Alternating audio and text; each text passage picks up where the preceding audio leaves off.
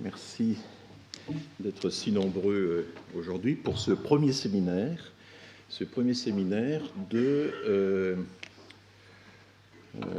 du cours de l'année universitaire 2018-2019.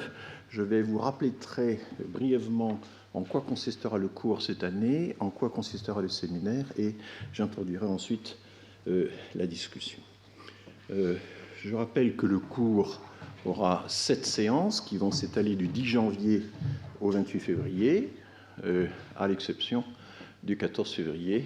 Et donc, cette année, le cours sera consacré aux facteurs de la migration, aux déterminants de la migration, comme disent les spécialistes.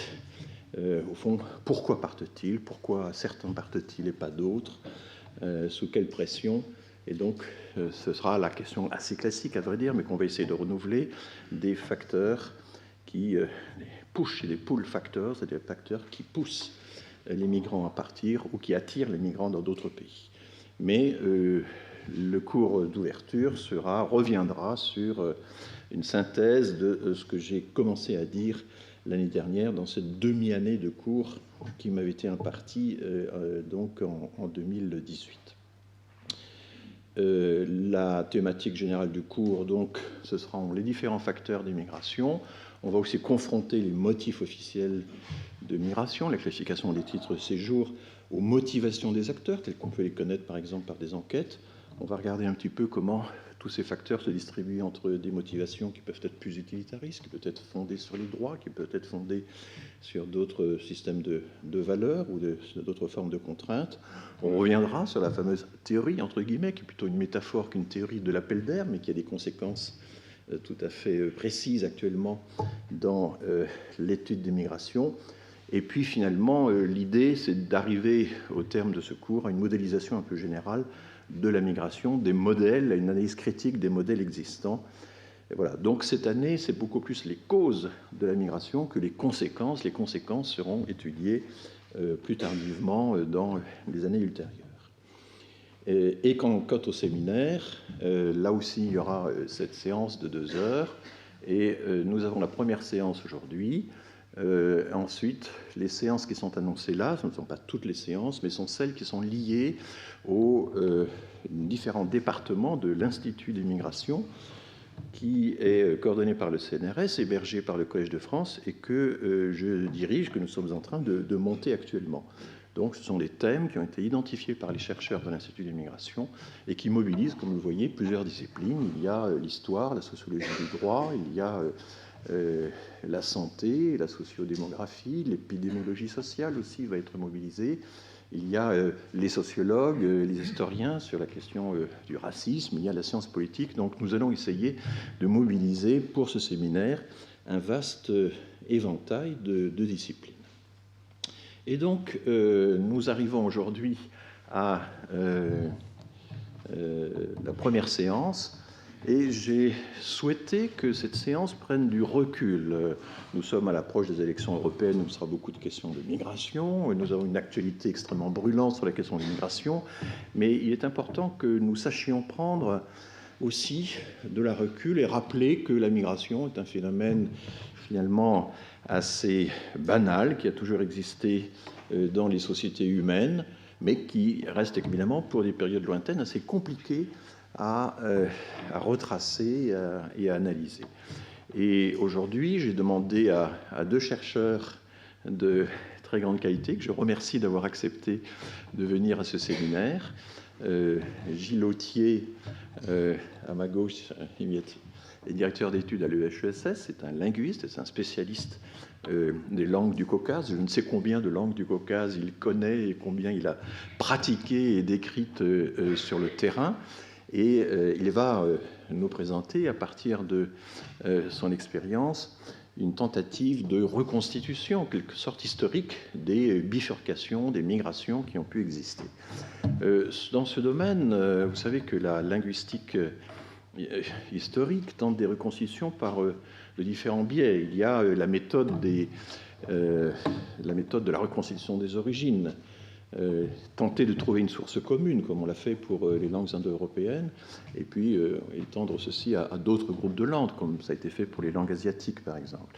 Il y a une autre façon de faire, qui est davantage, je dirais, qu'on appelle parfois la méthode aréale, parce qu'elle s'occupe des aires de diffusion et qu'elle est attentive à tous les emprunts, à la circulation des phonétismes, des prononciations, de la sémantique, des formes grammaticales, etc., d'une langue à l'autre. Et un linguiste allemand avait parlé autrefois du Sprachbund, du faisceau de langues, dont le plus bel exemple, c'est les Balkans. Vous avez des langues aussi variées que le bulgare, l'albanais, le grec moderne, le roumain, qui appartiennent à des sous-familles ou à des familles linguistiques différentes, et qui néanmoins possèdent toute une série de traits communs, parce qu'il y a eu des influences, des invasions, des dominations diverses, etc. On connaît l'exemple du persan ou du turc, qui ont une part considérable de leur vocabulaire qui est d'origine arabe, notamment tout le vocabulaire religieux, tout le vocabulaire administratif, avec des allées et des retours. Kemal Atatürk a essayé de revenir en arrière sur l'influence arabe du vocabulaire administratif, par exemple. Donc tout ceci renvoie évidemment à des phénomènes assez complexes. Et puis la dernière méthode que les linguistes ont utilisée, c'est la méthode typologique, qui a été inaugurée par Joseph Greenberg dans les années 50 pour les langues africaines. Ça a été longtemps discuté, puis finalement Greenberg a proposé une classification des langues africaines qui a été globalement reconnue, acceptée par les linguistes. Les classifications qu'il a proposées pour l'Amérique du Nord ou les langues amérindiennes de façon générale, elles n'ont pas du tout été acceptées au même degré, mais en tout cas, pour l'Afrique, en 1956, il y a toute une série d'articles extraordinaires que Greenberg fait. Et comment fait-il? Ça n'est pas la méthode de reconstitution historique, ça n'est pas la méthode diffusionniste, c'est une méthode qui rapproche les langues en fonction d'un certain nombre de traits. Ces traits, ça peut être, est-ce que c'est l'ordre des parties du discours, est-ce qu'on est dans des langues avec sujet, verbe, objet, ou sujet, objet, verbe, etc. Ça peut être le système des pronoms, qui peut être très très différent. Ça peut être le système des accents. Il y a des langues ergatives, comme le basque, des langues accusatives, enfin, toutes ces choses assez complexes, mais qui ont permis à un certain nombre d'auteurs et de disciples de Greenberg de proposer des regroupements de langues. Et là, ce qui intéresse davantage ces auteurs, c'est pas la diversité, c'est plutôt l'unité, essayer de retrouver, à la limite, les universaux d'une langue mère commune. C'est encore... et c'est ce que pense Gilles Lautier, il va certainement nous développer cet argument. Tout ceci ne permet pas, ne dit pas grand-chose des migrations. Et donc, contre la méthode typologique, Gilles Lautier va proposer sa propre méthode. Alors, y a-t-il une corrélation entre la linguistique, enfin la quête des origines par des méthodes linguistiques, et la quête des origines par la méthode génétique? Et c'est ce que Luis Quintana Murci va peut-être nous dire. Donc, Luis est professeur à l'Institut Pasteur. Il a une double fonction, la tête d'une unité de recherche au CNRS, une unité de recherche à l'Institut Pasteur. Et ce n'est pas trahir un secret de dire qu'il vient d'être élu au Collège de France, mais pas encore nommé. C'est-à-dire qu'il y a encore une validation scientifique par une académie, il y a un décret qu'il faut fabriquer, ça peut mettre encore des mois, mais enfin, je suis heureux de pouvoir déjà l'accueillir dans cette maison. La méthode génétique des populations, évidemment, a une histoire beaucoup plus récente que celle de la linguistique historique, et c'est dans les années 60 qu'on commence à utiliser les marqueurs génétiques, le fameux système sanguin EABO, les marqueurs HLA qui sont relatifs à l'immunité, pour essayer de tracer une espèce de cartographie génétique des populations. Et l'homme qui a joué un rôle absolument central dans cette entreprise, c'est Luca Cavalli-Sforza, dont Luis a été l'élève à Pavie, je crois, c'est ça, et qui a publié, au terme de décennies de recherche, une cartographie génétique des populations je crois que c'est en 1994, qui est le grand ouvrage final avec deux collègues italiens sur le sujet. Il y a eu ensuite des grands projets. Le CNRS avait un grand projet qui a été dirigé par Jean-Louis Humbert. Il y a également un projet de la Fondation européenne des sciences qui ont regroupé des chercheurs d'un très grand nombre de disciplines. Je crois que Louis, vous faisiez partie au moins de l'un de ces deux projets, et qui se sont soldés d'ailleurs par un très beau livre publié par Fayard en 2003-2004, pour un public cultivé assez large, dans lequel on voit à quel point il est difficile d'établir une corrélation entre la méthode linguistique et la méthode génétique pour les familles de langues, pour plusieurs raisons. D'abord parce que ce n'est pas du tout la même temporalité. Les linguistes qui faisaient de la reconstitution historique remontent peut-être jusqu'à 6000 ans avant notre ère, peut-être 8000 ans, enfin, ça se discute, alors qu'évidemment la méthode génétique, elle, a une profondeur historique qui est beaucoup plus loin. À la limite, elle va aux origines de l'humanité, mais enfin, elle a au moins des durées de temps qui sont 10 fois, 20 fois supérieures à ce que la linguistique historique peut faire. Donc déjà, ceci, évidemment, rend difficile l'établissement d'une corrélation entre la recherche génétique et la recherche linguistique sur ces questions. Et puis, certes, on a trouvé des corrélations entre des familles linguistiques et des familles génétiques, mais il y a aussi beaucoup de contre-exemples. On trouve des populations qui sont proches génétiquement, mais qui linguistiquement se sont complètement différenciées. Il y a le fameux exemple des Grecs et des Turcs qui génétiquement ne sont pas très différents. Ils ont été mélangés en Asie mineure pendant très longtemps, mais évidemment le turc n'est pas du tout une langue indo-européenne, contrairement au grec. Et ça, c'est l'histoire qui a fait ça. Puis on a des situations inverses de populations qui ont des langues proches, mais qui sont génétiquement très différenciées. Et je crois que dans le Caucase, on doit trouver des exemples de ce genre. Donc vous voyez que tout ceci est compliqué, et une partie de l'explication de ces discordances entre la recherche, enfin le regroupement linguistique et le regroupement génétique des populations, une partie de l'explication tient évidemment dans des phénomènes de migration, mais il peut y avoir aussi des phénomènes d'emprunt, de conquête, de domination diverses, de circulation. Il y a aussi la question compliquée de l'influence des systèmes de parenté, où lorsque certaines populations, par exemple, font circuler les femmes au moment du mariage, mais pas les hommes, à ce moment-là, génétiquement, il peut y avoir des formes de transmission qui ne sont pas les mêmes, selon qu'on s'intéresse à des marqueurs qui sont strictement masculins ou à des marqueurs strictement féminins, parce qu'il y a des populations où les femmes, par exemple, vont se déplacer beaucoup plus que les hommes. Donc vous voyez l'ampleur des questions. On ne va pas tout aborder aujourd'hui. J'ai demandé à Gilles et à Louis de se centrer sur quelques exemples, de prendre quelques exemples, et en même temps d'être attentif à la nécessité de nous expliquer un petit peu comment ils s'y prennent concrètement pour poser leurs hypothèses, choisir les meilleurs outils et essayer d'effectuer, enfin, d'arriver à des résultats qui soient compréhensibles par le commun des mortels dont nous faisons partie. Voilà, alors je vais demander à Louis d'ouvrir la séance, et je vous remercie. Donc, il faut qu'on puisse... alors, peut-il le document Olivier Matras. Bonjour à tous. Donc, merci déjà à François Héron de m'avoir invité à vous parler aujourd'hui de comment on peut aussi utiliser la génétique pour mieux comprendre l'histoire de l'homme. Donc, on va commencer par un plan général de l'apport de la génétique à l'histoire de l'homme, et on va voir comment, en utilisant la diversité génétique qu'il y a entre nous, on peut d'une part reconstruire l'histoire des migrations humaines, et d'autre part reconstruire l'histoire de comment, lors de ces migrations, on s'est adapté aux différents environnements qu'on a rencontrés. Et après, on va prendre deux exemples. Un exemple qui serait comment certains isolats linguistiques, et je vais y revenir, seraient ou pas des isolats génétiques, des populations isolées. Et une question classique dans ce cadre-là, c'est l'origine des langues basques et donc des populations bascophones. Et après, on va aller en Afrique pour se concentrer sur les expansions bantoues.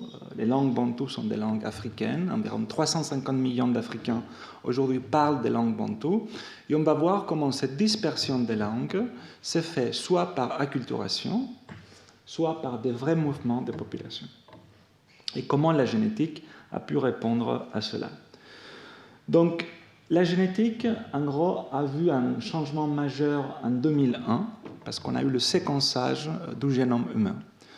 Vous avez entendu parler que le génome a été séquencé donc en 2001, et ça a été extrêmement utile pour mieux comprendre la structure du génome, où sont les gènes, quelles seraient les fonctions de certains gènes. Mais en aucun cas, ça nous a aidé à comprendre ce qui nous intéresse, c'est-à-dire la diversité qu'il y a entre nous. On n'est pas tous des clones, il n'y a pas un génome humain, chacun de nous va être légèrement différent à niveau génétique, et c'est pour cela qu'il y a eu ensuite certains consortiums internationaux qui ont eu comme but principal de découvrir cette richesse génétique qu'il y a entre nous, et afin de nous permettre de comparer différentes populations, et ce que serait plus proche génétiquement, ce serait séparés il y a moins de temps, et ce que serait plus loin génétiquement, ça veut dire que se sont séparés il y a plus longtemps. Et aussi, on a vu dans les dernières décennies un avancée majeure technologique qui a complètement révolutionné aussi notre vision de l'histoire de l'homme, c'est la capacité à séquencer l'ADN des fossiles. C'est pour ça que des chercheurs en Allemagne, notamment, ils ont pu séquencer l'ADN de l'homme de Néandertal, et ça a complètement changé notre vision de si on sait, si nos ancêtres en Europe, par exemple, se sont mélangés ou pas avec l'homme de Néandertal, et je vais y revenir. Qu'est-ce qu'on sait aujourd'hui sur la diversité génétique humaine? On sait qu'on est une espèce extrêmement peu diverse génétiquement. Ici, la longueur des branches est proportionnelle à la quantité de diversité génétique qu'il y a entre nous. Donc vous voyez que par rapport à d'autres espèces de primates, prenons les chimpanzés, tout ça, on est une espèce très peu diverse. C'est parce qu'on est apparu il y a très peu de temps. On est apparu, en gros, hier, il y a 200 000 ans, peut-être 300 000 ans, en Afrique. Donc, on n'a pas eu le temps d'accumuler de la diversité génétique entre nous. Cependant, si on prend, ça serait un génome humain, c'est 3 milliards de lettres, notre génome, et si on prend 2 personnes au hasard dans cette salle, quelle que soit notre origine géographique ou ethnique, il y aura très peu de différence entre nous. Juste 0,1% de notre génome sera différent. Mais 0,1% de 3 milliards de bases nous reste quand même 3 millions de différences pour pouvoir faire la génétique. Sinon, on n'aurait pas de travail. Non. Donc, la plupart de ces différences qu'il y a entre nous sont ce qu'on appelle des différences neutres. Ça veut dire qu'ils n'ont aucun impact sur le phénotype. Le phénotype étant ce qu'on est, soit notre apparence physique, soit notre susceptibilité aux maladies.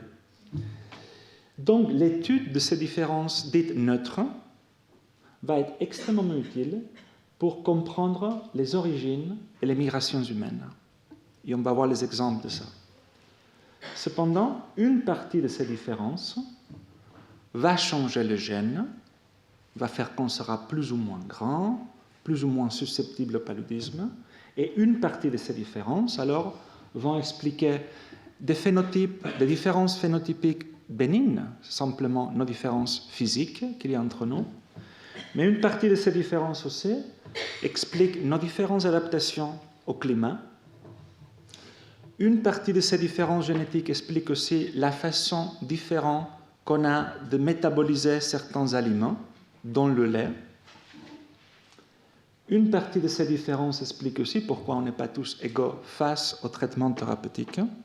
Et là, on rentre dans la discipline qu'on ne va pas parler aujourd'hui, de la pharmacogénétique, c'est-à-dire comment notre background génétique va influencer la façon dont on répond à des antibiotiques, par exemple.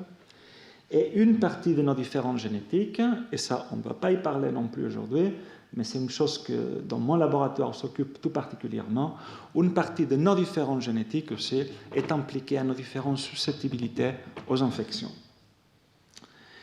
Mais quels sont les facteurs qui façonnent cette diversité génétique qu'il y a entre nous?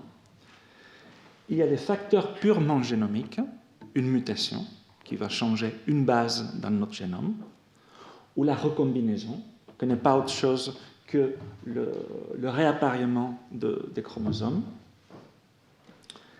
L'histoire démographique des populations, ça c'est extrêmement important dans le cadre de ce séminaire, va influencer la quantité de diversité génétique qu'il peut avoir. Des populations dites classiques en expansion démographique, dont la plupart des Africains, la plupart des Européens et la plupart des Asiatiques, vont montrer en moyenne beaucoup plus de diversité génétique que des populations qui ont subi un goulot d'étranglement, c'est-à-dire une réduction de leur taille, un effet fondateur, comme les Québécois, comme les Finlandais, comme les Islandais. Donc vous voyez que dépendant de l'histoire démographique de la population, la quantité de diversité génétique ne sera pas la même.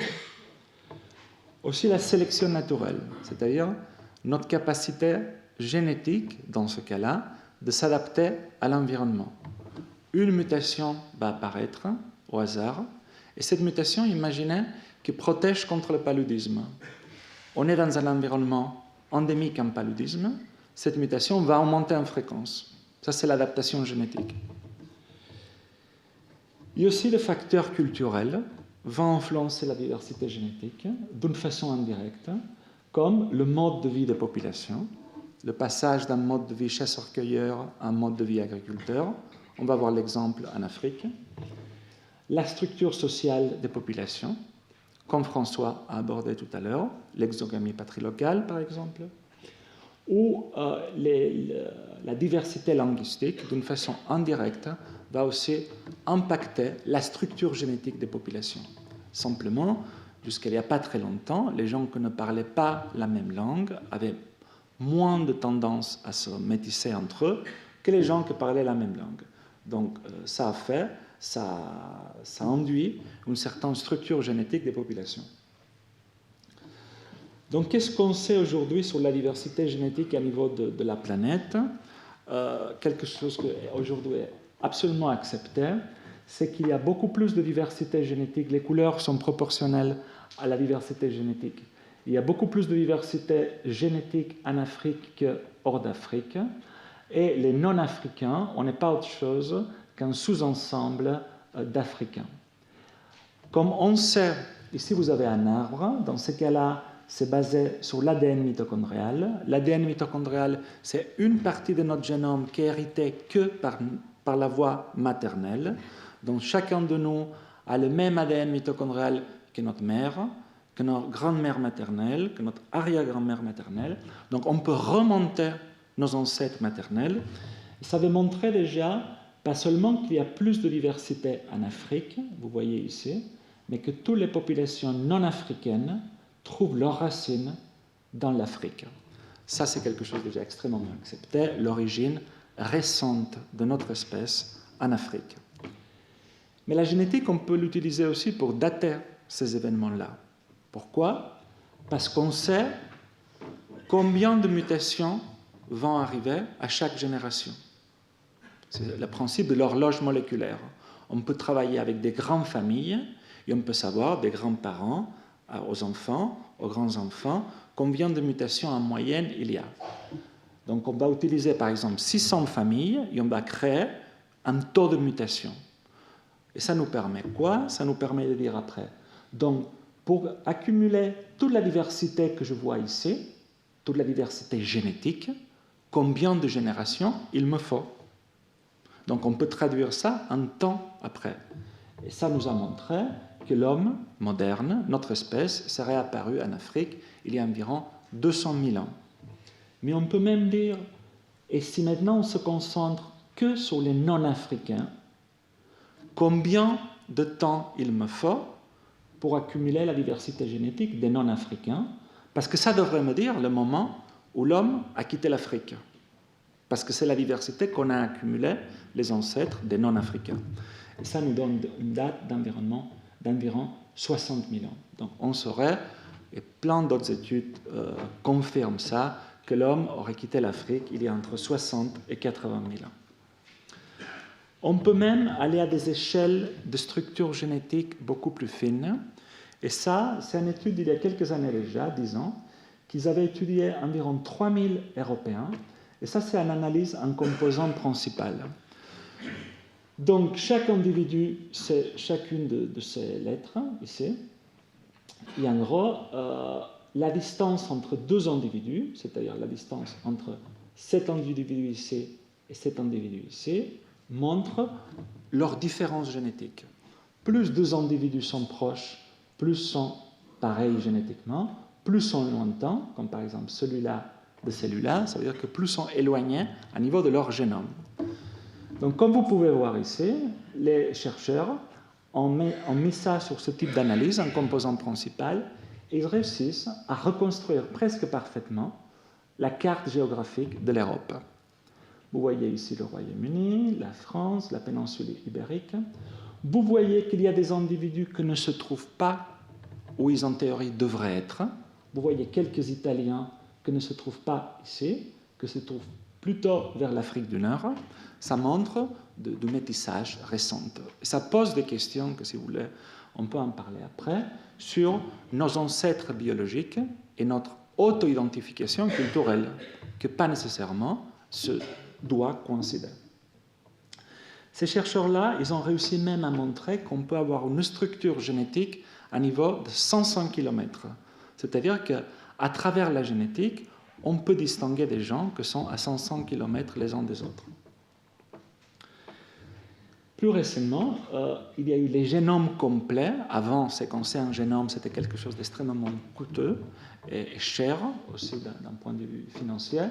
Aujourd'hui, c'est quelque chose de relativement abordable.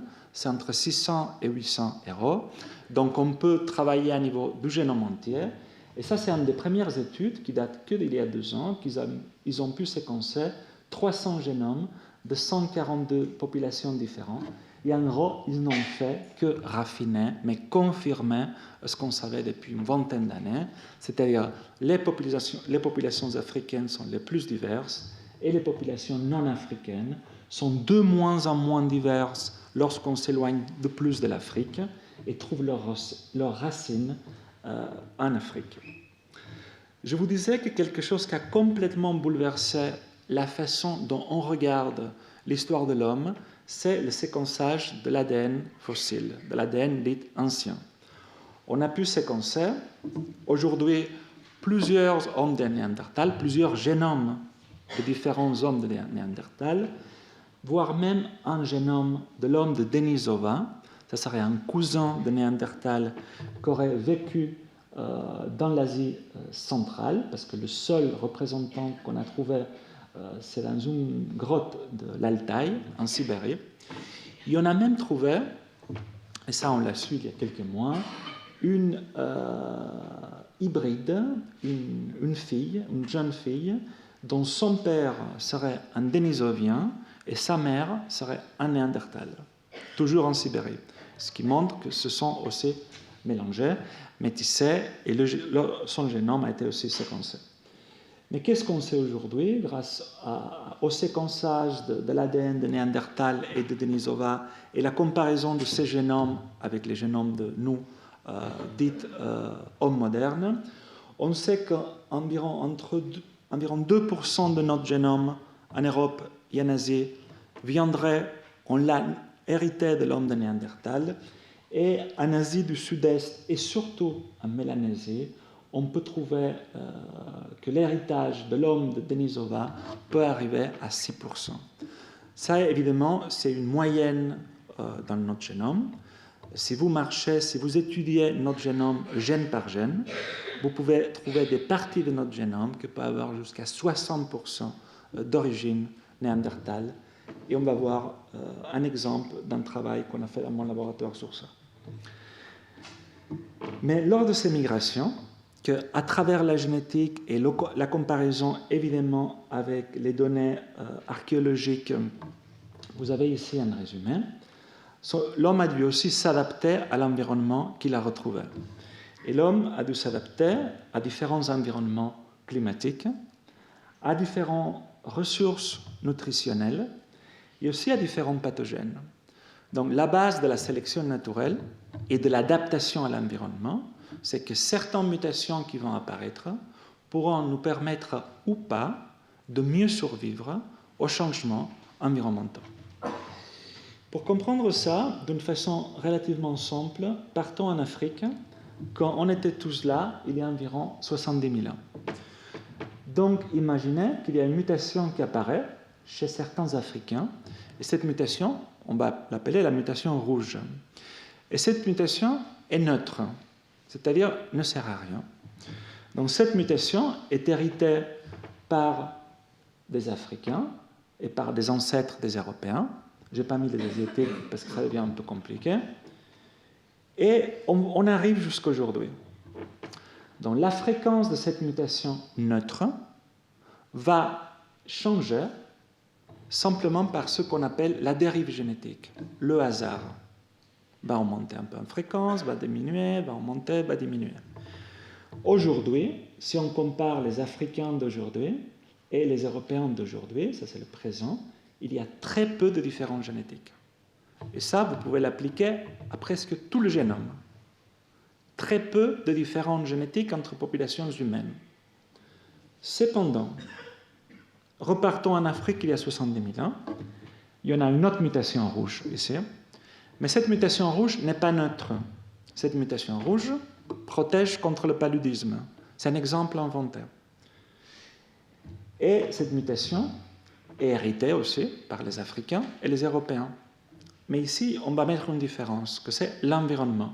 On va mettre du paludisme en Afrique et pas en Europe. Vous pouvez le faire à l'envers si vous voulez. On arrive jusqu'à aujourd'hui, cette mutation, pas neutre, va augmenter en fréquence en Afrique et va rester à très faible fréquence, voire disparaître en Europe. J'ai exagéré ici l'exemple exprès.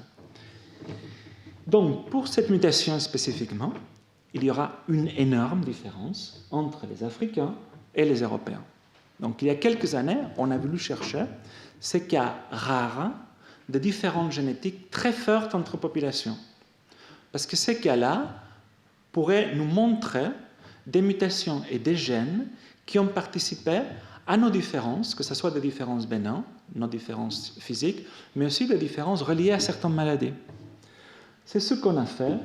Il a montré que ça arrive extrêmement rarement, chose qu'on suspectait déjà, mais quand ça arrive plutôt dans des mutations qui vont changer la protéine, ce qui fait du sens.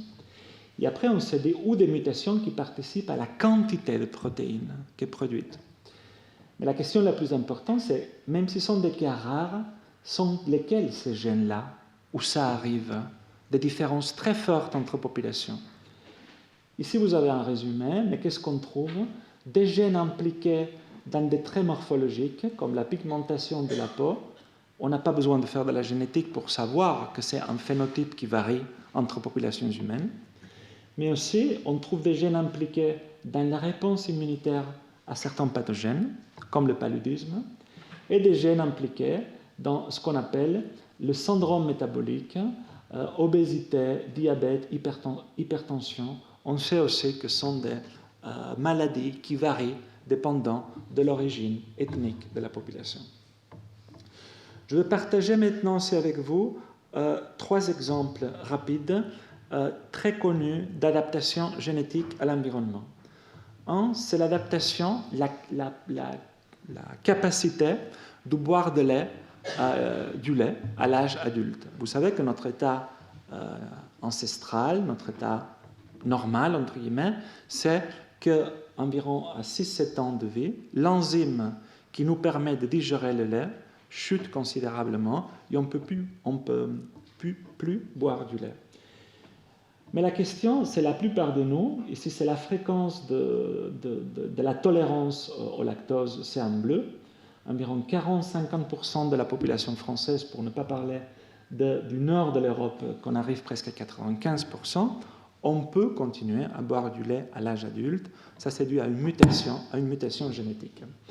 Alors, ça a été montré que cette mutation génétique est apparue indépendamment en Europe et en Afrique, qu'elle est sélectionnée positivement, c'est-à-dire elle a conféré un avantage sélectif très fort, aussi bien aux Européens qu'aux Africains, et ça a été daté, l'âge d'apparition de cette mutation, entre 2000 et 6000 ans en Afrique et entre 8000 et 9000 ans en Europe, qui coïncide avec le moment où, dans ces deux continents, l'agriculture et la domestication des animaux a commencé à être pratiquées d'une façon intensive. Un autre exemple d'adaptation génétique à l'environnement, c'est l'adaptation à l'altitude. Ça, c'est une étude d'il y a quelques années qu'ils avaient voulu voir pourquoi, dans ce cas-là, les Tibétains pouvaient vivre dans des conditions extrêmes.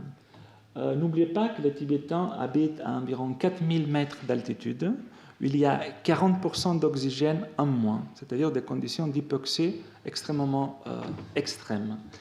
Donc cette étude-là a pu identifier, en comparant les Tibétains à les Chinois Han, que pour la plupart de leur génome est exactement pareil, mais ils ont pu identifier des mutations qui sont très différentes chez les Tibétains, c'est-à-dire environ 80% chez les Tibétains et entre 5 et 10% chez les Chinois.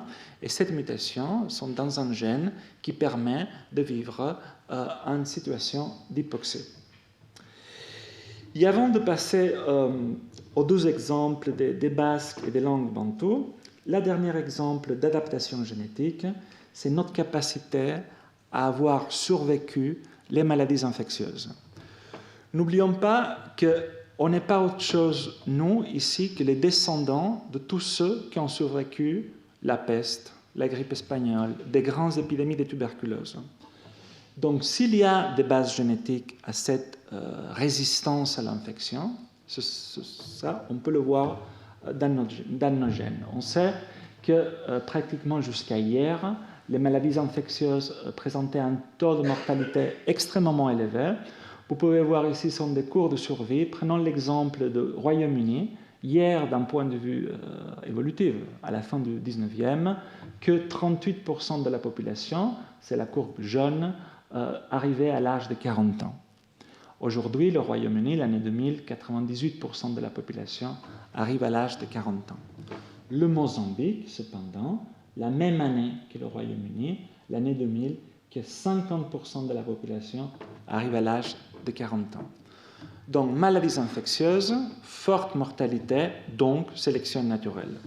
Des exemples classiques de sélection naturelle reliés aux maladies infectieuses, c'est l'état hétérozygote, c'est-à-dire qu'on a une copie de l'hémoglobine S avec une autre copie qui n'a pas la mutation S, on est protégé contre le paludisme, même si le prix à payer est que ceux qui héritent les deux S vont développer une drépanocytose, une anémie.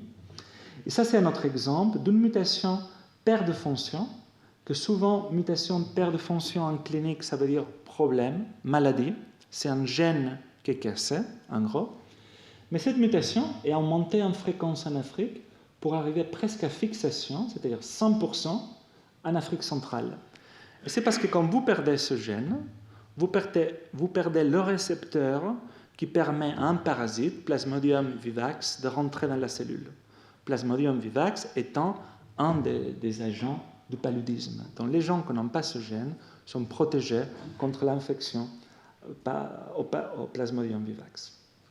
Donc une fois on a vu comment la génétique peut nous aider à mieux comprendre l'histoire démographique et adaptative de l'homme à son environnement, on va voir deux exemples. Le premier exemple, c'est les comparaisons qui ont été faites pendant longtemps entre classification linguistique et classification génétique. Comme François Héron a déjà mentionné, à la fin des années 80, début des années 90, il y a eu cette observation de ces corrélations générales, entre guillemets, entre arbre linguistique et arbre génétique, comme vous pouvez voir ici. Le problème, c'est qu'il y a eu aussi certaines corrélations ou pas avec des dispersions de langues et la dispersion de l'agriculture. Et on va y venir. Et comme ça a été mentionné, ça pose la question des différentes profondeurs historiques de la génétique, qu'on peut aller à 200 000 ans, voire à quelques millions d'années, quand on compare même l'homme avec d'autres primates comme les chimpanzés. Tandis que la linguistique peut arriver, est beaucoup plus fine, mais à un niveau très récent. Et ça a posé des questions très simples, comme est-ce qu'il y a des populations qui parlent une langue que c'est un isolat linguistique, c'est-à-dire une langue qui n'a pas pu être attribuée à d'autres familles linguistiques? Est-ce que ces populations-là sont aussi isolées d'un point de vue biologique, d'un point de vue génétique? Et pour cela, on l'a fait à niveau de l'ADN mitochondrial, comme je vous ai dit. C'est une partie de notre génome qui est beaucoup plus petite que le génome classique, qui est très facile à séquencer, que pendant longtemps on a utilisé comme marqueur de migrations humaines.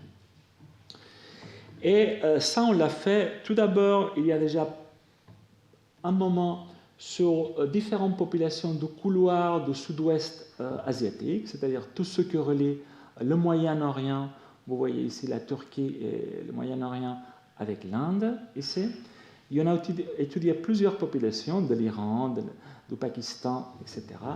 Il y a deux populations qui sont intéressantes dans le cadre de cette question-là. C'est la population des Brahui, que c'est une population de langues dravidiennes. C'est des langues qui sont parlées aujourd'hui au sud de l'Inde, mais qui habitent au Pakistan. Et une autre population qui s'appelle les Hunza Borusho, qui parle le boroucheski, que c'est un isolat linguistique.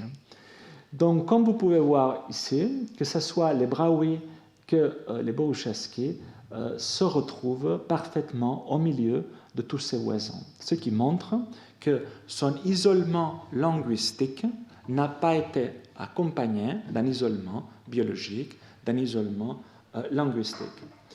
Le même principe, on a voulu l'appliquer pour le cas des Basques. On sait que l'Europe a été colonisée par l'homme il y a environ 40 000 ans, qu'après, il y a environ 10 000 ans, il y a eu la diffusion de l'agriculture provenant du Moyen-Orient.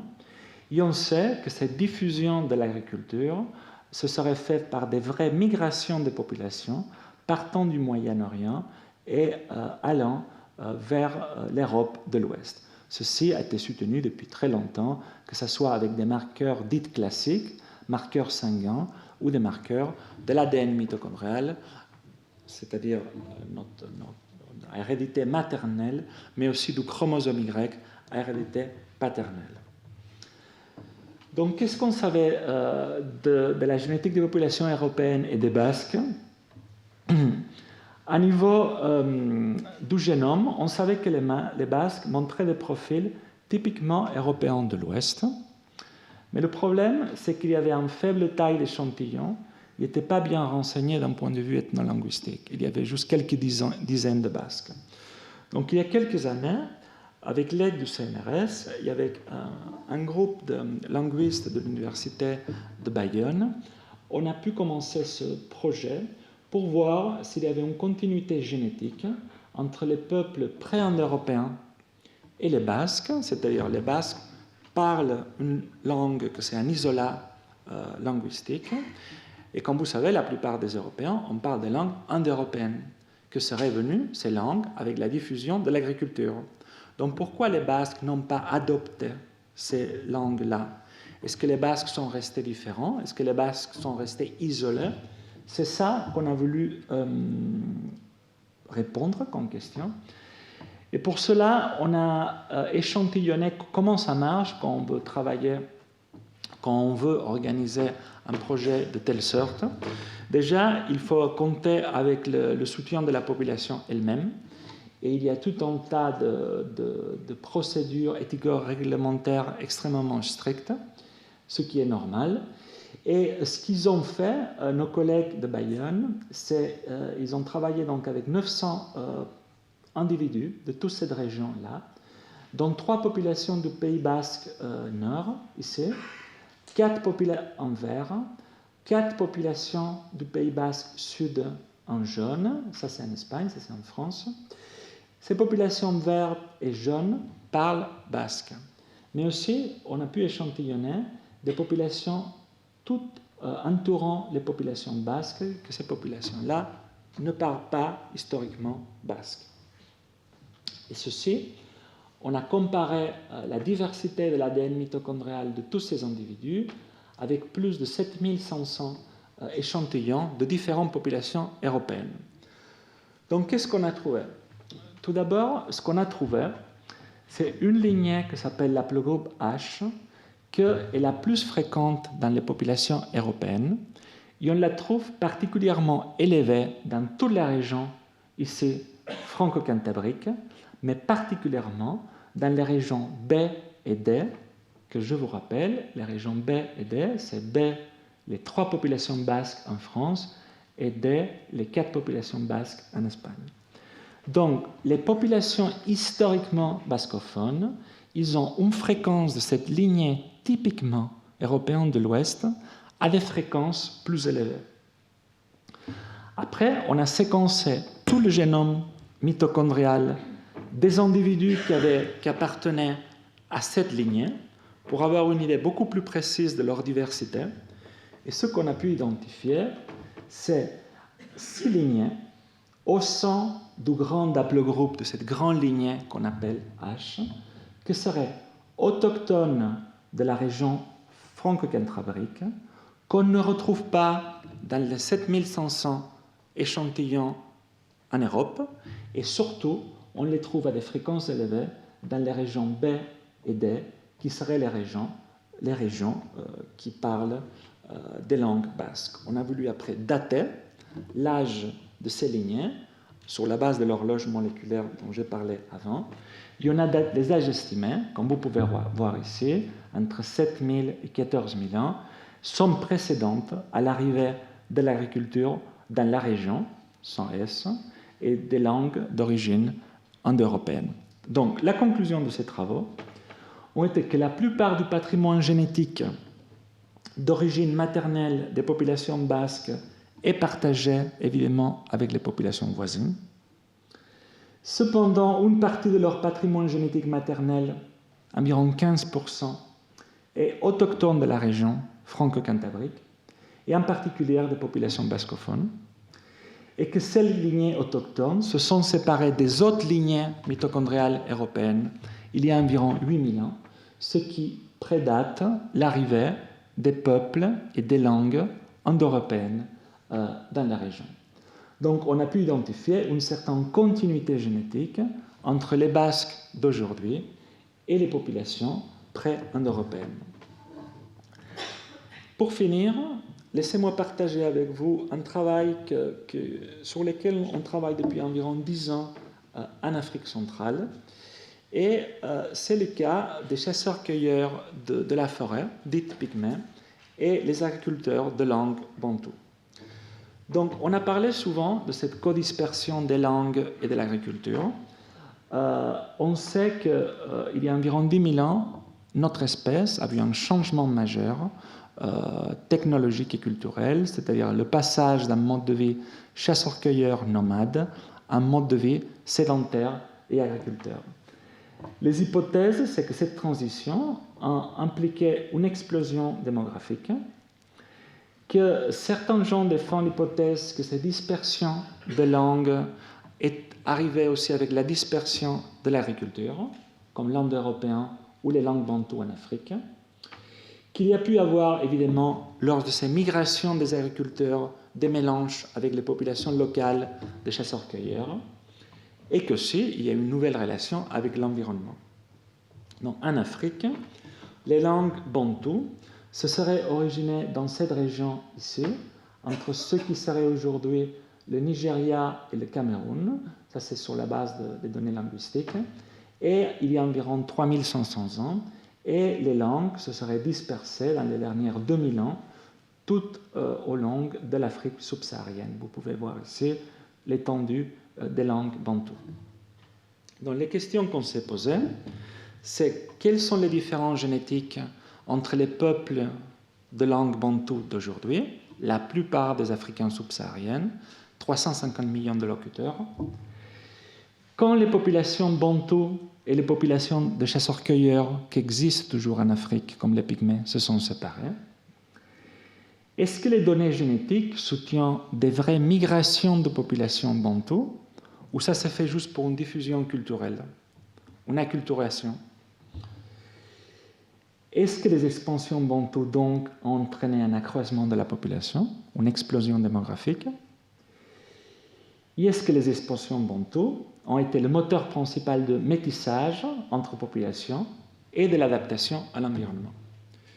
Donc c'est pour ça que ce qu'on sait aujourd'hui, c'est on a étudié donc différentes populations bantoues de l'Afrique subsaharienne, mais on sait que lors de ces migrations bantoues, il y a certains peuples de chasseurs-cueilleurs qui ont survécu, qu'on seraient les populations de chasseurs-cueilleurs de la forêt, dites pygmées, parce qu'en moyenne ils sont 20 cm plus petits, des populations de pastoralistes de l'Afrique de l'Est et des populations de Khoisan de l'Afrique du Sud.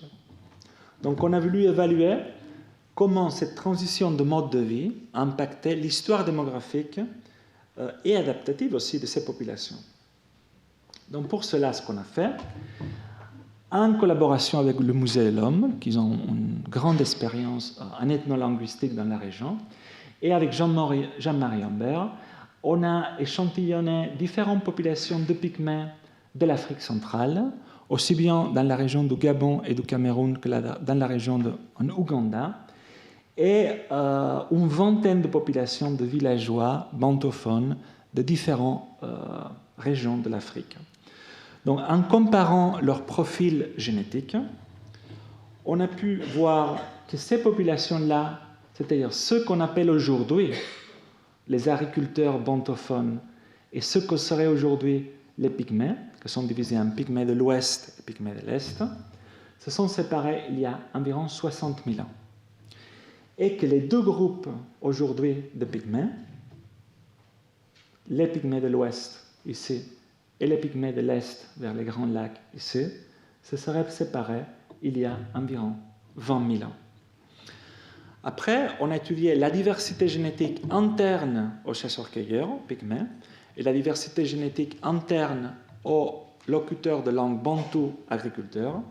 Et ce qu'on a pu montrer, c'est quelque chose d'extrêmement inattendu, c'est que les pygmées auraient souffert un goulot d'étranglement, c'est-à-dire une réduction de leur taille, il y a environ 10 000 à 30 000 ans, tandis que les populations bantophones, aujourd'hui agricultrices, auraient subi une expansion démographique entre 7 000 et 10 000 ans, ce qui prédate l'arrivée de l'agriculture en Afrique, que c'est environ 3 500 ans. Et ce qui met en question la cause-conséquence de langue bantou, explosion démographique et agriculture. On pensait jusqu'à ce moment-là que l'émergence de l'agriculture aurait été la cause de l'expansion démographique. Et ce qu'on voit ici, c'est qu'il y a eu une expansion démographique, une explosion démographique en Afrique qui probablement a été la cause de l'émergence de l'agriculture. Donc on a mis un peu en cause les liens de causalité entre émergence de l'agriculture et explosion démographique. Plus récemment, on a dit, maintenant qu'on peut travailler à niveau du génome entier, on va étudier beaucoup plus de populations bantophones de l'Afrique pour essayer à niveau génétique, reconstruire les migrations, la façon dont les peuples bantous auraient colonisé, peuplé l'Afrique subsaharienne. Et ça nous permet aussi de poser des questions. Est-ce que lors de ces migrations, les bantous se sont adaptés rapidement à leur environnement? Et surtout, est-ce que lors de ces migrations, les peuples bantous se seraient mélangés avec les peuples de chasseurs-cueilleurs qu'ils ont rencontrés? Et surtout, on a voulu distinguer entre deux hypothèses qu'il y avait de dispersion des peuples bantous. La première hypothèse, c'est que les peuples bantous se seraient originés ici, et tout de suite, au début, ils se seraient divisés en deux grands groupes, un qui aurait passé par le nord de la forêt équatoriale pour arriver à l'est de l'Afrique, et l'autre groupe qui aurait descendu, aurait traversé la forêt pour après se disperser vers le sud. Et la deuxième hypothèse, c'est cette théorie qui s'appelle du late split en anglais, de la divergence tardive, c'est que tout d'abord, ils ont traversé la forêt équatoriale pour après se diviser en deux groupes, un qui serait allé vers le sud et l'autre vers l'est. Donc, ce qu'on a fait pour distinguer entre ces deux hypothèses, dans ce cas-là, on a comparé plus de 1300 individus de différentes parties de l'Afrique subsaharienne, bantouophones, 37 populations différentes. C'est pas moi. Et ce qu'on a fait, c'était comparer les bantouophones de l'Est avec des populations bantouophones du nord ou du sud de la forêt équatoriale. Et de même, on a fait avec les bantouophones du sud, qu'on a comparé avec des populations du nord et du sud. Jan Ross, qu'on a montré, c'est que c'est la théorie du late split qui est la plus soutenue, c'est-à-dire que les populations bantouophones, que ce soit de l'Afrique de l'Est ou de l'Afrique du Sud, ressemblent beaucoup plus aux populations du sud de la forêt équatoriale, ce que soutient le fait que les peuples bantouophones, la première chose qu'ils ont fait, c'est traverser la forêt pour après se diviser en deux groupes. La deuxième et dernière question que je vais vous montrer, c'est mais est-ce qu'ils se sont mélangés, les peuples bantous, avec les populations locales qu'ils ont rencontrées? Les Pygmées en Afrique centrale, les pastoralistes en Afrique de l'Est, les Khoïsans en Afrique du Sud. Et la réponse est oui. On peut le voir ici. Chaque ligne, ici il y a environ 1300 individus.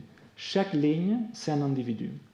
Et si on prend par exemple cette première individu ici, on va dire que 70% de son génome est rouge, environ 20% est gris et environ 10% est vert.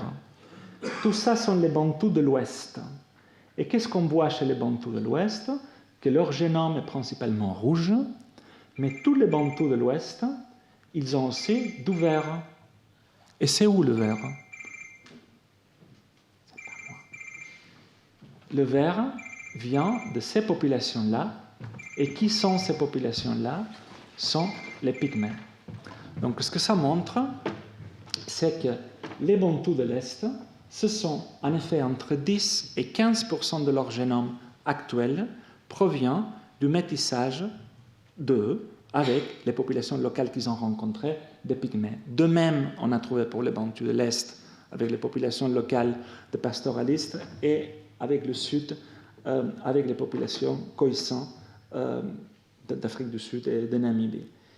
Plus important, ce qu'on a trouvé, c'est que lors de ce métissage, on a identifié pour la première fois dans notre espèce quelque chose d'extrêmement logique et simple, que c'est que quand il faut s'adapter à l'environnement, au lieu d'attendre qu'un jour une mutation peut-être va arriver et va nous permettre de mieux survivre au paludisme ou à la tuberculose, si on bouge lors d'une migration, on va trouver une population locale. Cette population locale vit là depuis longtemps.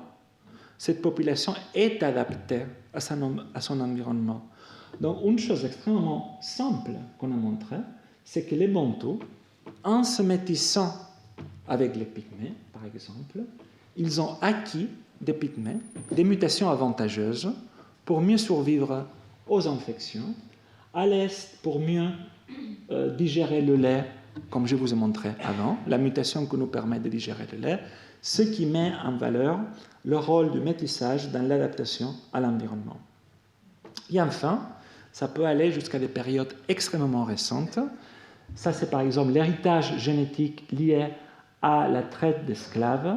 On a pu reconstruire en comparant des populations de l'Afrique de l'Ouest et centrale avec des populations d'Afro-Américains d'Amérique du Nord, le pourcentage de chaque ancien peur de traite au patrimoine génétique des Afro-Américains d'aujourd'hui.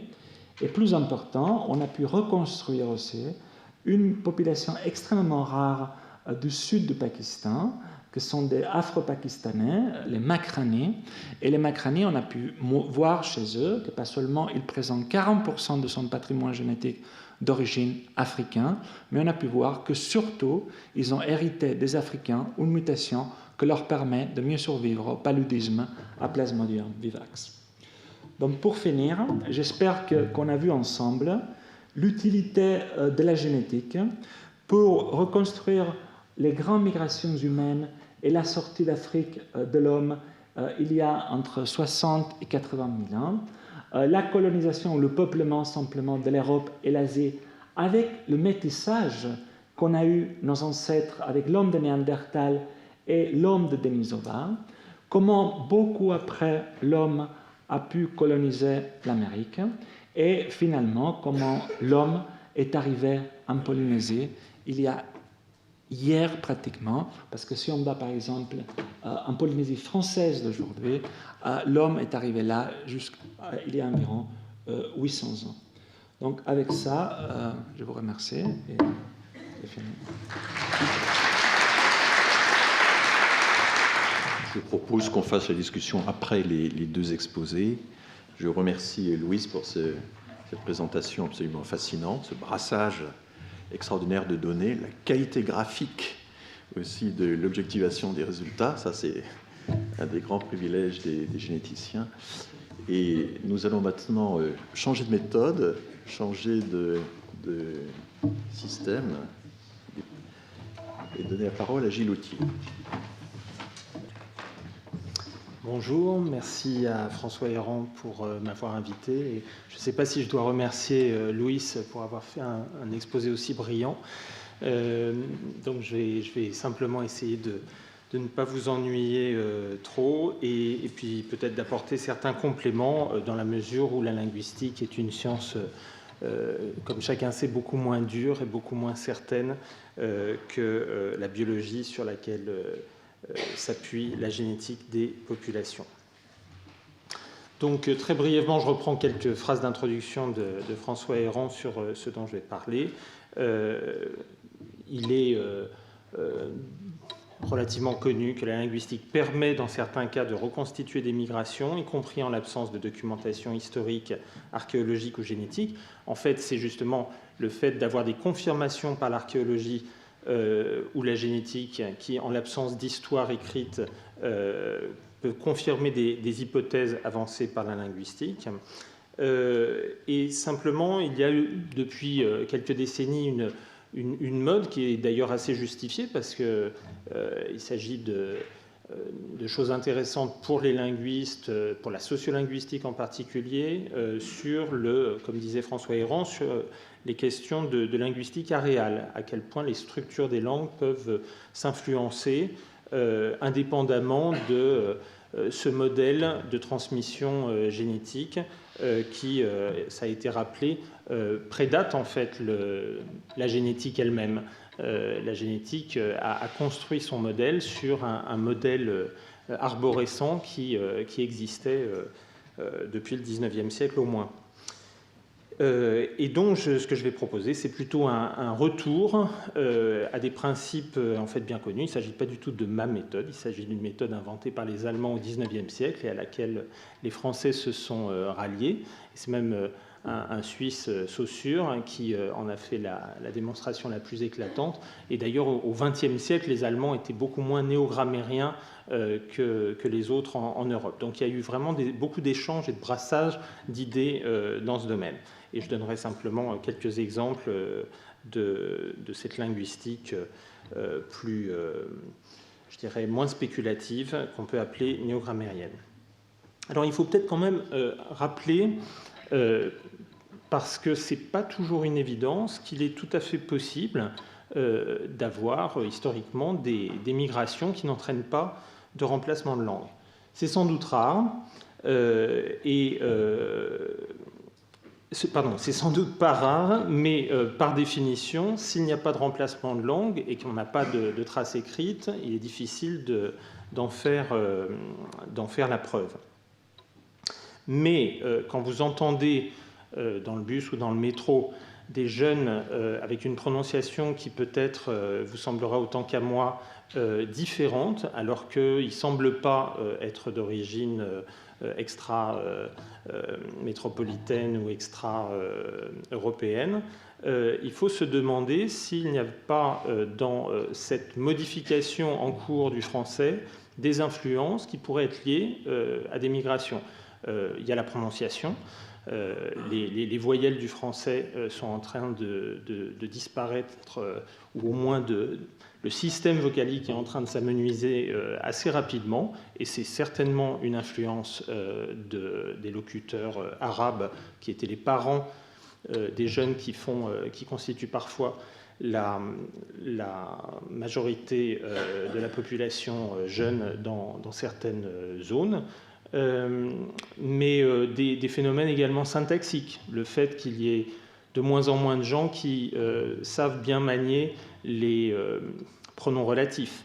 Vous entendez de plus en plus fréquemment, et ça choque de moins en moins de gens, ne pas employer le don, mais une structure qui en fait rappelle, et ça n'est pas une coïncidence, ce qu'on trouve dans les relatifs du type arabe. Le que de Johnny Hallyday, en fait, ne vient absolument pas de Johnny Hallyday, c'est quelque chose qui est une influence claire de langues qui n'ont pas de pronoms relatifs. Donc il y a vraiment des cas historiques très, très divers. On sait par des historiens romains qu'au 5e siècle, il y a eu des invasions, des migrations assez importantes d'un peuple apparenté aux Goths, un peuple germanique qu'on appelait les Vandales, mais on n'a pas de traces écrites de leur langue. On sait simplement qu'ils étaient proches linguistiquement donc des autres populations germaniques. Ils se sont installés en Espagne puis en Afrique du Nord, et en l'absence de traces écrites, on n'a à peu près aucune attestation, même sous forme d'emprunt, dans les langues actuellement parlées dans ces régions. Les Normands en Normandie n'ont laissé guère que quelques toponymes, quelques mots de dialecte, et se sont en fait très vite adaptés et ont changé de langue en s'installant en France. En revanche, les Normands en Angleterre, qui n'étaient plus normands que par leur anthroponyme, ont apporté avec eux le français de Normandie. Et là, on pense, c'est la doctrine généralement admise, que ça a été la cause d'un énorme bouleversement typologique dans la langue anglaise, si on peut parler de langue anglaise, en groupant à la fois le vieil anglais, qui était une langue flexionnelle extrêmement proche du modèle indo-européen, et l'anglais que vous connaissez, où non seulement toute la morphologie nominale et verbale a quasiment disparu, mais le système des sons, en particulier les voyelles, c'est très bien documenté, en à peu près un siècle et demi, les voyelles de l'anglais ont complètement évolué, et c'est vraisemblablement une conséquence du bilinguisme. Alors ce qui est beaucoup plus visible, c'est évidemment le lexique, puisque l'anglais a, en termes de nombre de mots, beaucoup plus de mots d'origine latine que d'origine germanique. Alors, évidemment, il ne s'agit pas forcément du vocabulaire courant. Donc, encore une fois, il est important de savoir qu'on sait qu'il peut y avoir migration sans remplacement de langue. Il peut aussi y avoir des changements de langue presque sans migration. C'est le cas de ce qui s'est passé en fait avec la Romagna. Il y avait, alors en Italie, on sait qu'il y avait un système de colonies dans toute l'Italie, mais les langues romanes ne sont pas le fruit d'une expansion humaine, semble-t-il. Et pourtant, elles sont extrêmement proches par leur lexique, et cela tient au fait que ce lexique était associé à des arguments de prestige, d'identification, de statut social. Et cependant, là, il y a une diversité des langues romanes. Et cette diversité, elle s'explique, alors peut-être par quelque chose qu'on pourrait rapprocher de ce qu'on appelle en génétique la dérive. On appelle ça aussi en linguistique, une dérive linguistique, le drift en anglais. Je ne sais pas d'ailleurs si ce terme de dérive employé en génétique n'a pas été emprunté à la linguistique, mais le contraire serait possible. Il faudrait faire une recherche sur cette terminologie. Et les différences entre les langues romanes tiennent en fait beaucoup moins à l'héritage du vocabulaire qu'à la structure de ces langues. L'exemple du Sprachbund, c'est-à-dire de l'union de langues balkaniques, a été cité. Et effectivement, ce qui distingue le roumain, je caricature, mais une très grande partie de ce qui distingue le roumain des autres langues romanes, ce sont des traits qui sont partagés à un niveau aréal avec les langues du reste des Balkans qui appartiennent à d'autres embranchements de la famille indo-européenne. Donc il y a une influence des substrats, c'est-à-dire de langues parlées précédemment, ou d'adstrats, c'est-à-dire de langues parlées concomitamment à certaines phases historiques de l'histoire d'une langue, et ça n'est pas forcément accompagné de mélange de gènes. Alors on en sait encore très peu, hein. Là je parle sous le regard du spécialiste, mais en tout cas il ne faut pas avoir trop d'a priori là-dessus, parce que les langues peuvent se diffuser sans diffusion de gènes, quand elles ont un prestige ou un pouvoir symbolique ou politique suffisamment fort. C'est le cas du français en Afrique. J'ai cité le roumain. En Sardaigne, je vais revenir sur la Sardaigne tout à l'heure à propos d'un schéma qui a été montré par Louis. On a la langue de très loin la plus archaïque de toute la Romagna. On a des formes sardes qui rappellent vraiment le latin tel qu'il était parlé il y a un peu moins de 2000 ans. Et pourtant, il y a en Sardaigne également des adstrats, à savoir d'autres langues romanes, le catalan, le ligure, etc., ou le ligurien plutôt, le dialecte italien, qui ne se sont pas mélangés avec le sarde. Donc, il reste à savoir s'il y a eu des intermariages entre ces différentes populations. Sur une île, c'est probable, mais ça reste à démontrer. Il s'agit vraiment de deux disciplines qui cherchent à dialoguer, mais qui ne sont pas forcément liées.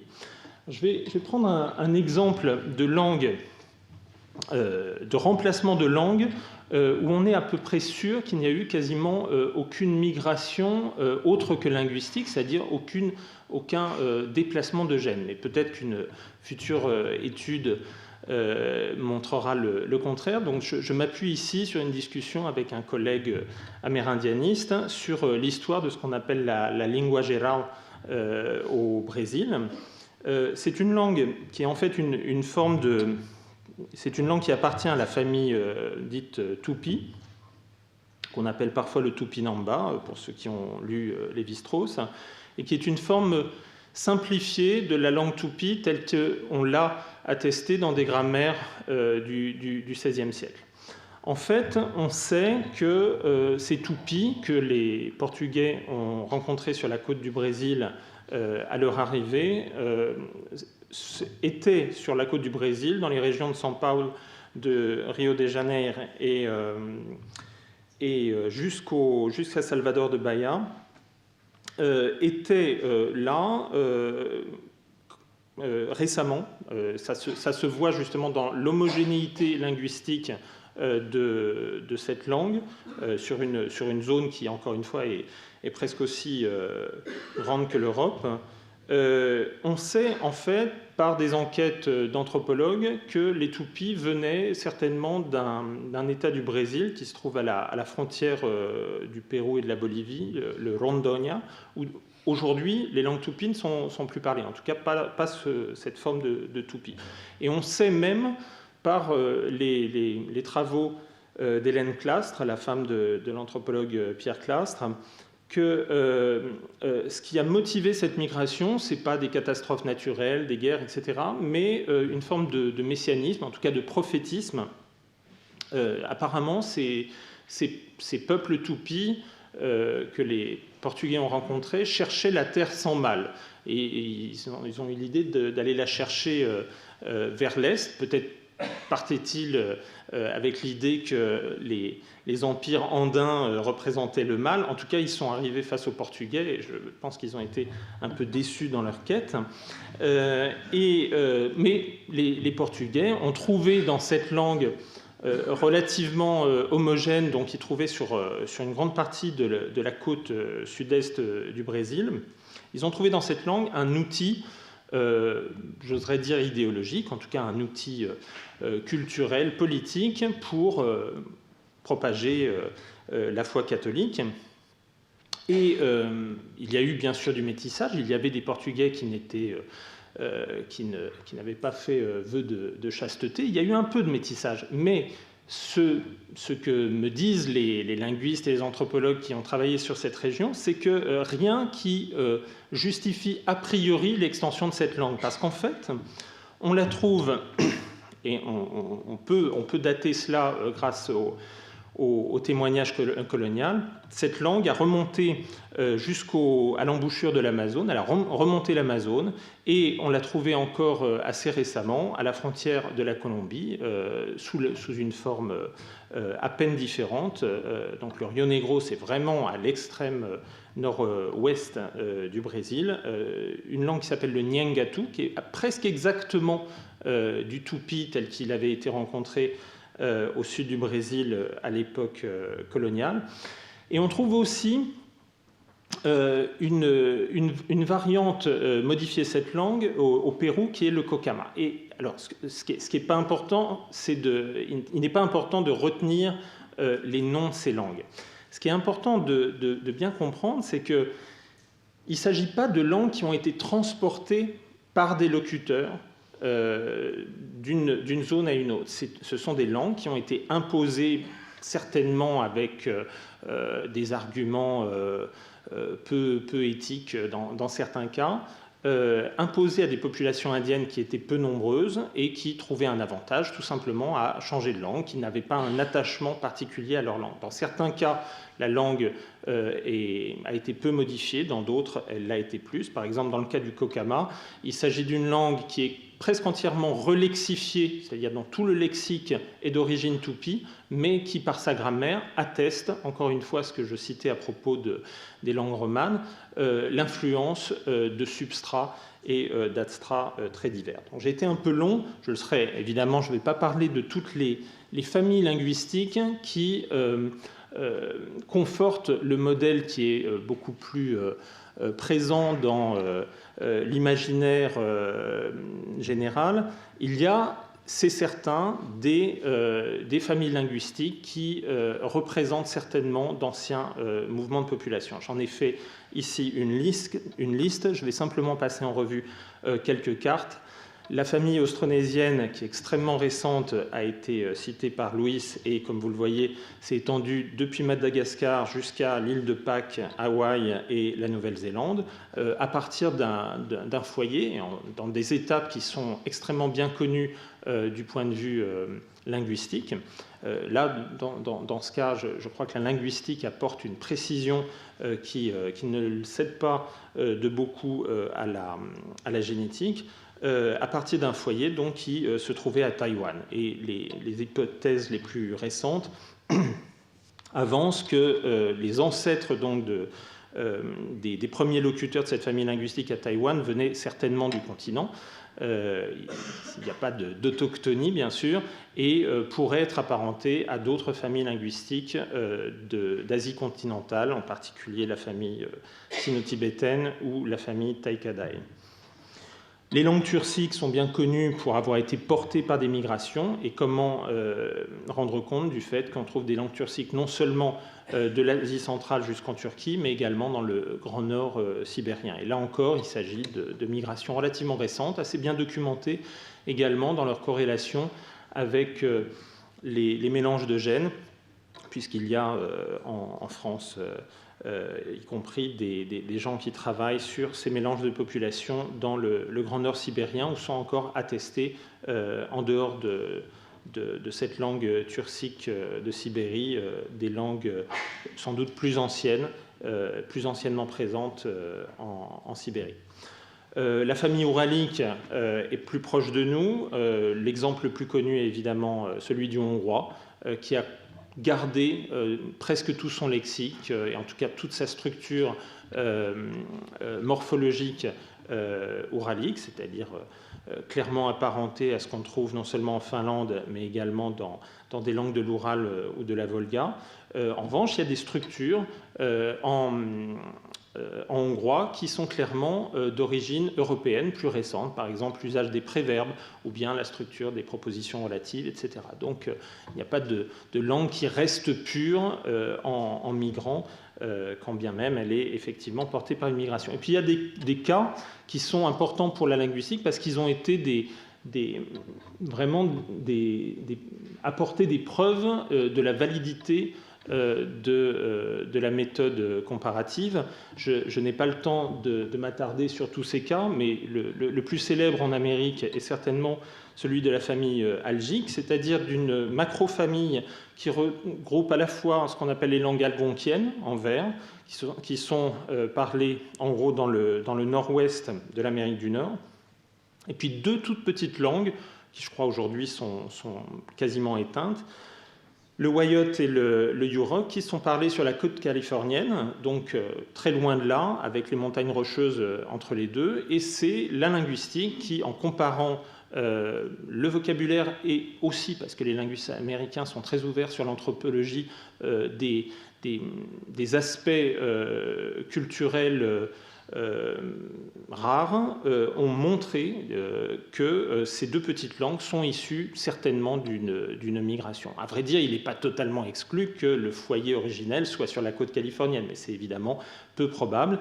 et en tout cas la réponse ne pourra être apportée que par les généticiens.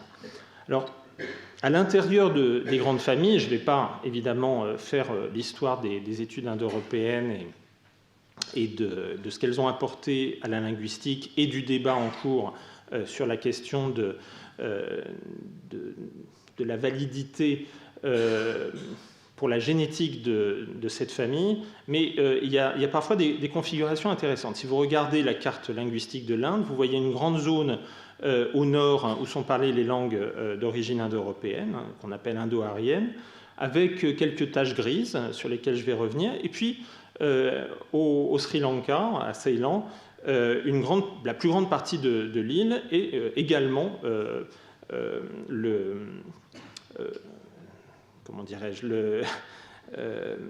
habitée par une population dont la langue, au moins, est indo-aryenne. Il s'agit du singalais. Et cette situation, dans ce cas, ne fait pas de doute.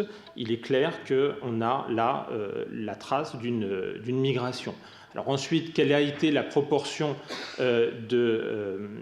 d'échanges de gènes entre les populations de Ceylan et les populations qui ont apporté cette langue ici? Encore une fois, c'est plutôt à la linguistique de le dire. Mais ce qui est intéressant, c'est de comparer cette carte avec la carte des langues dravidiennes. Donc j'étais très content que Louis mentionne la question de la langue brahui, qui est parlée entre le Pakistan, non, pas uniquement au Pakistan, pardon, mais juste au sud de l'Afghanistan. C'est une langue qui, génétiquement, je ne devrais pas dire génétiquement, qui, du point de vue lexical, mais également grammatical, est extrêmement proche des langues dravidiennes. Donc il n'y a aucun doute, il suffit de comparer une liste, même courte, de vocabulaire. Elle est apparentée aux langues comme le tamil, le telugu, le kannada, etc. Et la question, c'est de savoir, mais est-ce qu'il s'agit d'une migration ? Alors, on pourrait très bien avoir des migrations dans les deux sens, c'est-à-dire les Indo-Européens qui arrivent du nord, et puis les Dravidiens se seraient déplacés vers le nord. Le plus probable dans ce cas, et le brahui n'est pas la seule tache verte, comme vous le voyez, plus au nord de l'Inde, il y a aussi d'autres langues au nord-ouest, au nord-est de l'Inde, c'est qu'en fait on a affaire à des résidus linguistiques d'une zone dravidienne qui était beaucoup plus vaste. On peut parler également d'affleurement dans la mesure où la migration des langues indo-européennes, sinon des Indo-Européens, encore une fois, il faut bien faire attention, est-ce qu'on parle de langue, est-ce qu'on parle de peuple ?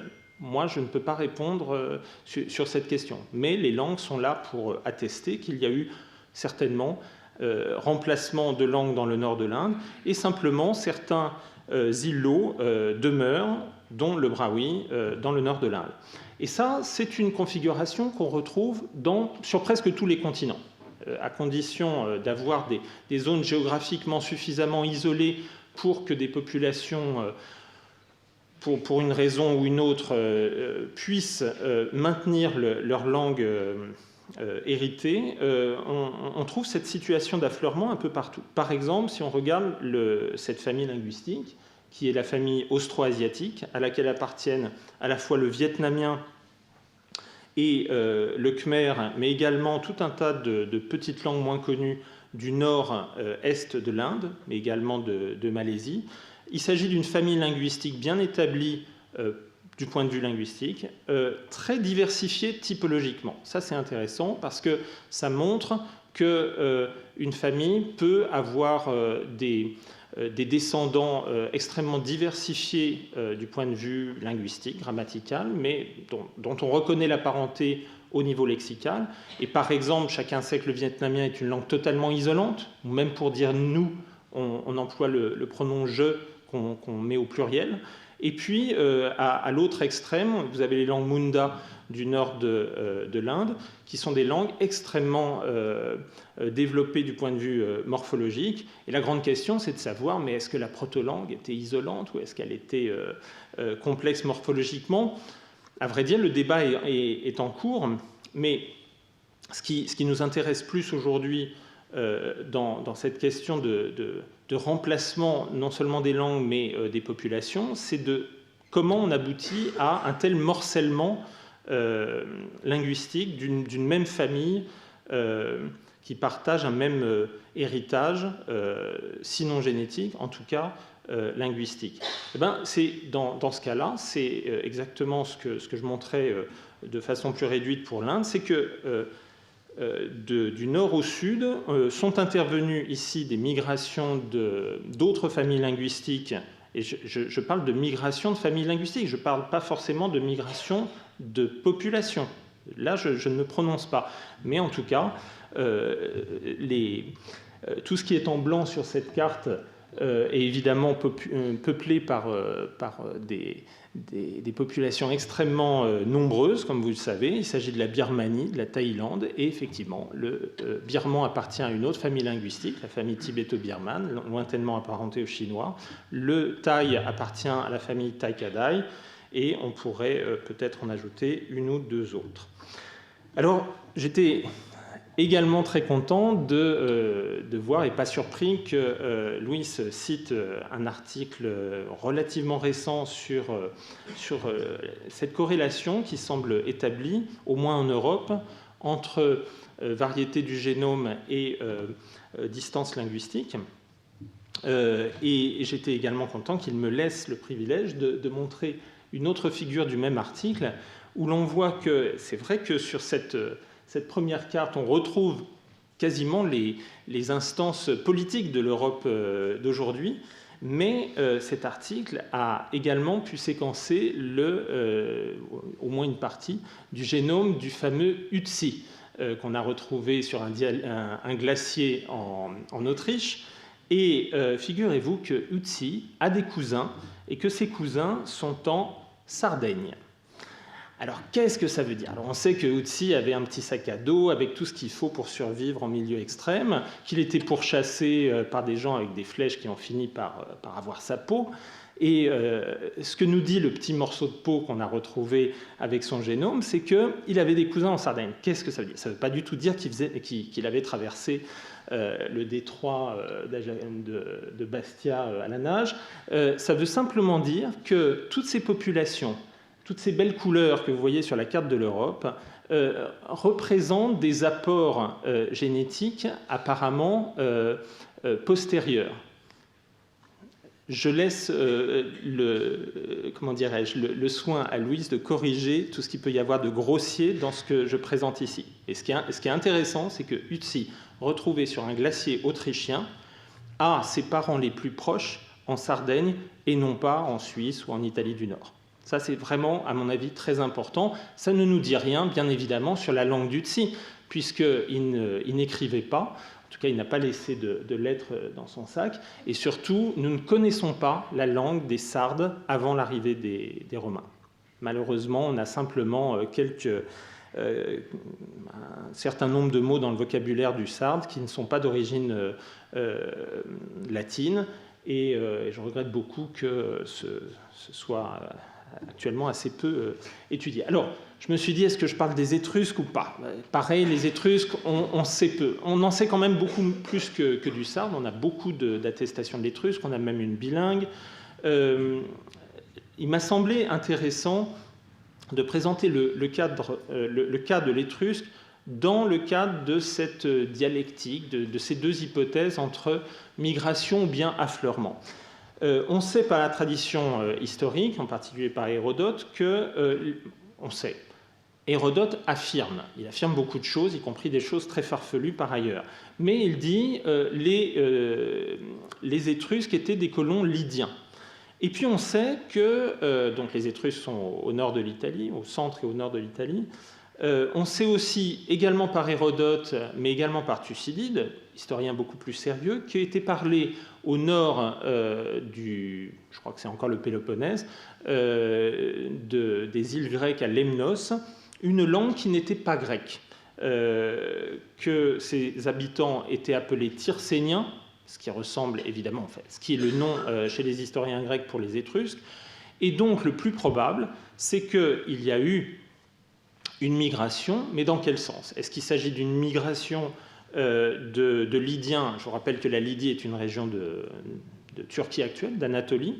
Est-ce qu'il s'agit d'une migration qui aurait eu une étape à Lemnos avant d'arriver jusqu'en Italie? C'est une hypothèse recevable.